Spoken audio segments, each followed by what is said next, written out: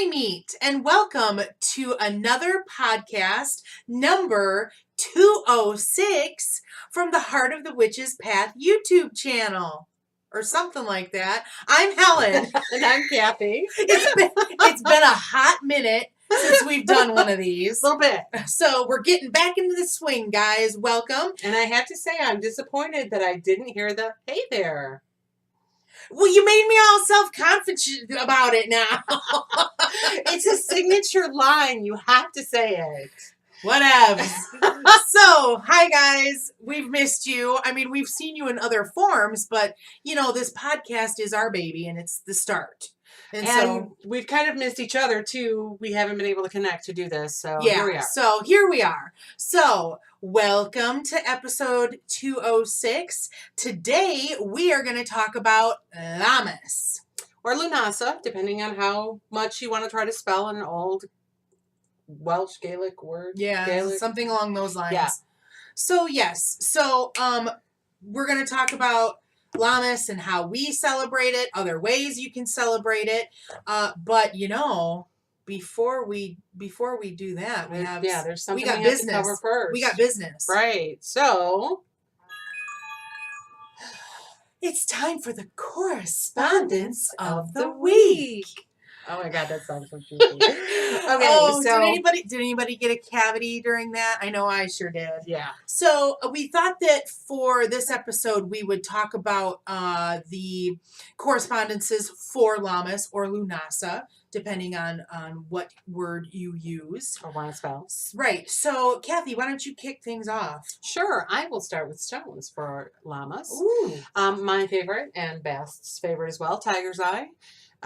Citrine, aventurine, golden topaz, marble, clear quartz, and lodestone are amongst the stones. Right. So if you're crazy crafters like we are, and you came up with the idea to make sabbat necklaces and want to know what stones correspond with Lammas, right. There you go. As far as colors go, since we're, still in summertime, yellows, reds, and golds, and oranges, those are all really good colors to use for Lammas. And I'm pretty sure that's what we did. Maybe some rust. Yeah, mine's rust yellows and browns. Yeah. So symbols for Lammas include corn dollies, grain mothers, braided grains, corn, sickles, dried herbs or flowers, candles, cornucopias, which I've seen some really neat ones looking on Pinterest. Griffins, roosters, calves, centaurs, and phoenixes. Yes. So those are all some really nice things to decorate your altar with for this time of year. Or, like I said, coming back to the necklaces, if you wanted to use something for a pendant. Sure. So foods that are associated with Lammas are homemade breads, barley cakes, crab apples, which I'm not a fan of. Oh, come on. Rice, elderberry wine. I'm down with that. And some cider, meadow sweet tea, berry foods, and anything that's locally ripe in the way of produce. Right. Goddesses for the sabbat are Demeter or Demeter, depending on how you want to pronounce that, Ceres, and all agricultural deities and corn mothers. And the same thing goes for gods. Any grain deities like Lu, who the sabbat is named after, and of course John, barley, corn. I wonder if you could use Johnny Appleseed as well. Sure, why not? Yeah, okay. Yeah. So incense for this sabbat and ingredients include, or you can use rose, sandalwood, basil, mint, and rosemary. Mm-hmm. And Helen has a wonderful Lammas incense recipe that she's going to post in the comments. Complete with a charge incantation. And I want to note, even though we don't have this one, at our most recent Crafty Craft, we did make sabbat incenses, and I've noticed that with these recipes, some of them, they have some some ingredients that are a little harder to come by. Yeah. You know, like the one for Lammas calls for heather and it calls for goldenrod.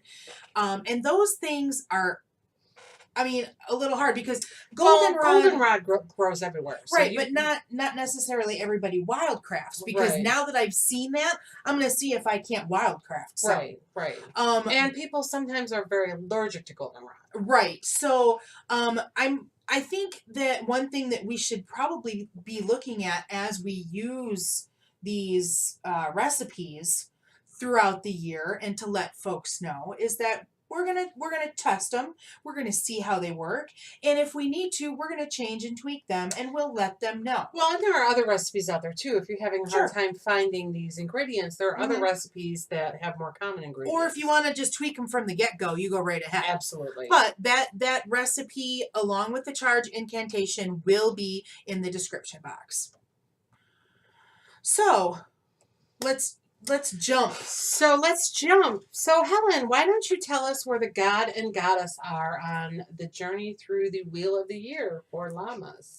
Well, it's funny you should ask that, Kathy, because Lammas, being the first harvest, the first of 3 harvests as we travel throughout the year, the wheel of the year.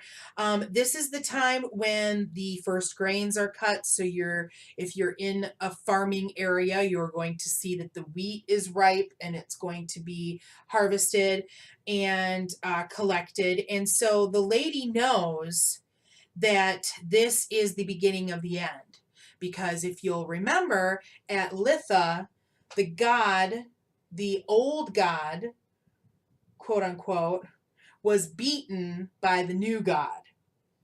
The god of light was beaten by the god of dark. Right, because of the longest day. Right. And so the lady knows that this is the beginning of the end for the god, her consort. For her lover, yes. And so the Lord's power is starting to wane, and he's going to start to fade. And the unborn child in her womb that will be the next god is growing. So that's what's going on in the wheel of the... I feel like we almost need to have a sound effect for the wheel of the year too. Can you get on that? I'll get right on that. Awesome. We didn't do our ending sound for correspondences. Well, it's been a hot minute. We'll get back into the swing. We will get back in the swing if I have to grab Helen by her ear and drag her into doing podcasts. Right. So, Kathy, how do we celebrate this Sabbath? Well, this is the first harvest, so there are a lot of things we can do to celebrate that involve food, such as making bread, although we seem to have a hard time doing that without using some sort of kit because, well, we kill the yeast. Now, I think you should be truthful here. I kill the yeast. Yeah, I kill the yeast. I'm the only one brave enough to try the bread, and I kill the yeast. That's right. Okay? Although I think the last time I tried to make bread from scratch, it actually worked. I honestly think you're right. I think last year it did work, and it was delicious. Okay. Does it count that I did it in a bread machine? Why not? Okay, it counts. Totally counted. And I didn't kill the yeast because it was a bread machine. Yay. Yes. So, but something that is done often at this time of year is braiding bread, which I have not done. And you can do if you use a bread machine, because you just don't bake it in the bread machine. You mix it in the bread machine, and then you take it out after it's risen and whatever. So is that bread then kind of like does it end up being more like a pretzel consistency? I've never made it. I don't think so. I think it's a bread that's braided. And there are all kinds of recipes and examples out there, like on Pinterest or, on the internet. There's a lot of crafts that are involved, specifically with corn dollies or wheat braiding of some shape or form. Although I have to tell you that by the time Lammas rolls around, all the wheat has been harvested in our area, and it is really super difficult for us to go and find wheat. And I keep going, I should, before they cut it all down, I should take a knife and just go cut a small swath from a farmer's field, and I never do it, which is my bad. And that's because... But you could do it, because you have time now. Well, that's because at that point in our coven history, it was part of our ritual that we had the corn or the wheat grains that we threw at some point or something like that. And since it became so hard to find it, and there was a time when Joy came to us, Mhm. that we rewrote Right. all of our rituals so And we that we took that part included, out. right, we took that part out and we incorporated her energy into it. Right. So yeah, I mean, we don't do it, so there's no need to thieve.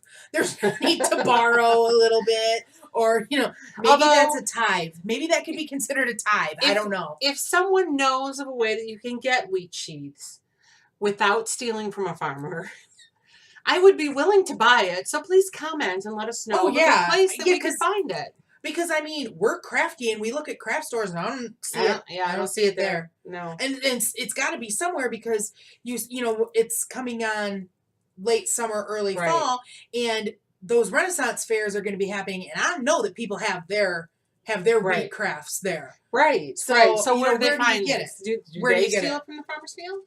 Well, I don't know. that maybe they just grow their own for Okay, that purpose. sure, maybe. I don't know. Anyhow, let us know if you know anything. Right. So one other thing that we do, or that you can do for celebrating Lammas, is that you make some kind of a sacrifice. Right. Because that first harvest, that wheat, those grains, those early garden things are sacrificing themselves for us, so it's a time to start looking at sacrifices. And we're not talking about pulling out the cat or the neighbor's kids. No, come on, guys. Okay? No. We're talking about giving something up. A personal sacrifice. It can to be make- something like quitting smoking or stopping drinking for a month, or you spend too much money on a certain type of food, so you sacrifice that type of food to buy something cheaper. Like, I've been taking my lunches to work, amazingly enough, for the first time in like 20 years. And so that's a form of sacrifice. I'm not eating out all the time. Well, and really, it's kind of not a sacrifice. It's a sacrifice in that it's not as convenient. You have to plan. Right. However, it's kind of a sacrifice in the capacity that you're sacrificing the ease of spending money, but you're really saving money. Well, let's be real. Anytime you do a sacrifice, it's to gain. So, yes, I'm gaining from this, but it's still a sacrifice. Right. And you're lowering calories. Right. From fast food. And God knows I need that. Go girl. Yay. Girl. Yay. So you can make a sacrifice for this time of year. Right. And again, it can be just as simple as a habit. Mm-hmm. Leave the neighbor's cats alone. And the chickens. And the kids. And all that. Yeah. No. Yeah. Let's just leave it at that. Okay. Okay. So there are a lot of crafts. We talked about some of them. A lot of them involve wheat or lavender or corn husks. Mm-hmm. And I would absolutely recommend going out on Pinterest and doing a search for Lammas crafts, because there are some phenomenal crafts. And I'm telling you, I really liked the candle one. Now I'm making a point. One? I'm making a point of this, people, because in our coven we share, and someone takes responsibility for sabbats, and it just so happens it's my sabbat. Kathy's doing which candle one? There is this idea, folks, where you get a round white candle. Oh, with the puff paint. And you use puff paint in the colors. They use like the oranges and the reds and the yellows. The summer colors. And you basically, it's like a summery type design. It's almost like a... And you know what? If you can't find wheat, you could draw wheat in puff paint. Right. And then you could, throughout this season, you could take that candle. Like, if I were lucky enough to have that kind of a candle, I would totally burn it on my altar during this time of year to remember. Right. That's actually good. I wonder if they have round candles at the dollar store. I think it's worth looking into. I think I might do that at lunch tomorrow. Okay, so we'll talk about that as a Lammas craft. I've got a week to prepare because it's next week. Okay, so where were we? Yes. So, and we talked about some foods, and this is another topic that Helen and I were just discussing before here, because again, Lammas is my sabbat, and so I have to prepare the menu, and someone makes it difficult because she's a special snowflake. So I'm trying to. And we're not talking about you, Joy. Right? Right? No.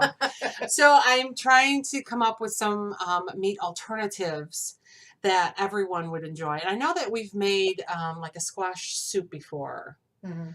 Yeah, we should probably mention it just in case people don't read my blog or watch the other videos. I went vegetarian last year, and so that's why I'm the special snowflake. Um, But I love you anyway. Thanks, I love you too, And I even do though try you're to a carnivore. accommodate you, even though you're a vegetarian. Right. So, there's definitely things, for instance, so Carrie and I, the roomie and I, we have been making this recipe for a really long time that's a taco soup that we used to put like ground turkey in it and stuff like that. But then when we went vegetarian, we started buying the meatless crumbles. Mm-hmm. Okay, which is a soy-based product and stuff like that. And so we made that, and there's no difference. There's absolutely no difference in taste or texture.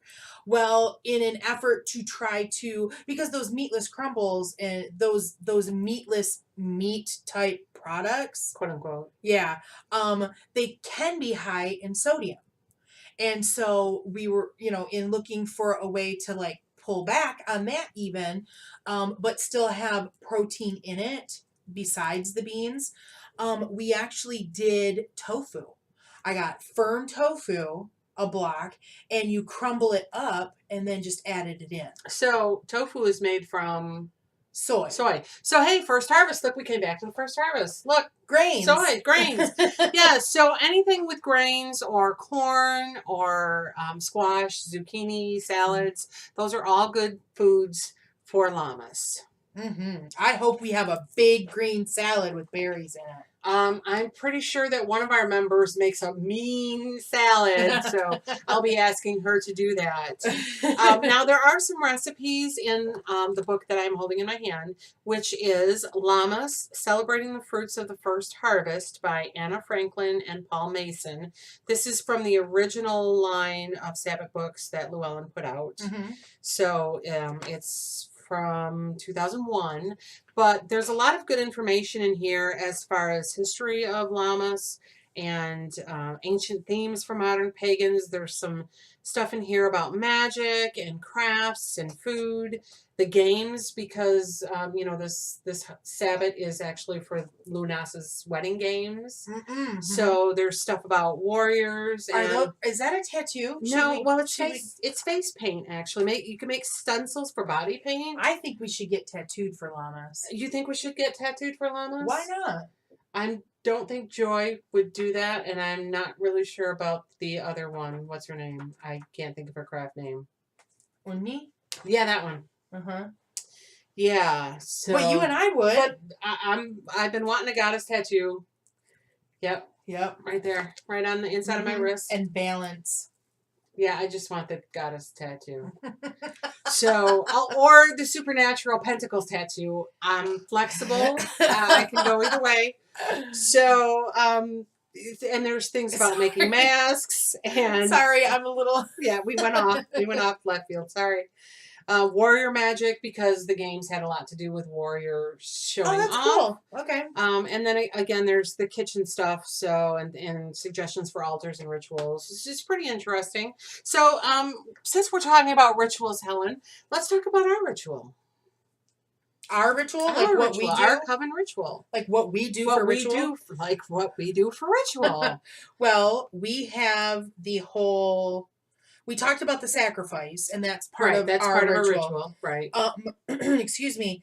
We also do this bit. We have a Sabbath reading, a piece of reading, like a little story or something like that, that is for or specific for that Sabbath. And so there's a reading that involves a loaf of bread, and that's why she needs to make the bread. Right. And so I won't go into the story here, but we break the loaf into pieces and we pass it around the circle. The bread and salt? Or just the bread? It's just bread. Okay. It's just bread. And usually I like the craft that we usually make or we usually do.